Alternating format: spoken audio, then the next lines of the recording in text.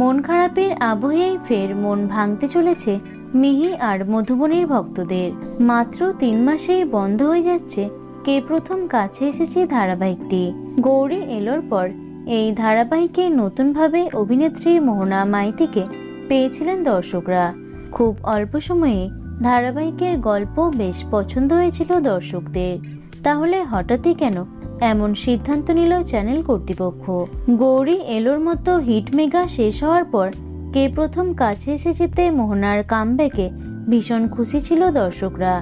তবে তার সাথে যে এমনটা হবে তা কেউ কল্পনাও করতে পারেনি।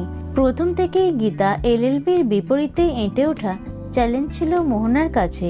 তবে ছোট্ট মিহি অর্থাৎ রাধিকার কিউটনেস শুরু থেকেই সবার মনে জায়গা করে নিয়েছে। পাশাপাশি মধুবনী ও ঋগদেবের রসায়নও নজর কেড়েছে দর্শকদের। তবে তার প্রতিফলন টিআরপি তালিকায় সেভাবে ধরা পড়েনি।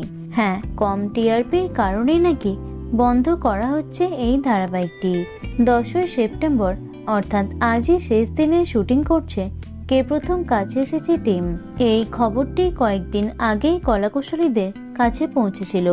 তবে বিষয়টি নিয়ে সেভাবে কাউকে মুখ খুলতে দেখা যায়নি। জানা যাচ্ছে এই মাসের 22 তারিখ করে শেষ সম্প্রচার হবে কে প্রথম কাছে এসেছে ধারাবাহিকটির। তো বন্ধুরা, এই ধারাবাহিকটি কে কে মিস করবে অবশ্যই কমেন্টে জানিও। ভিডিওটি লাইক এবং শেয়ার করো।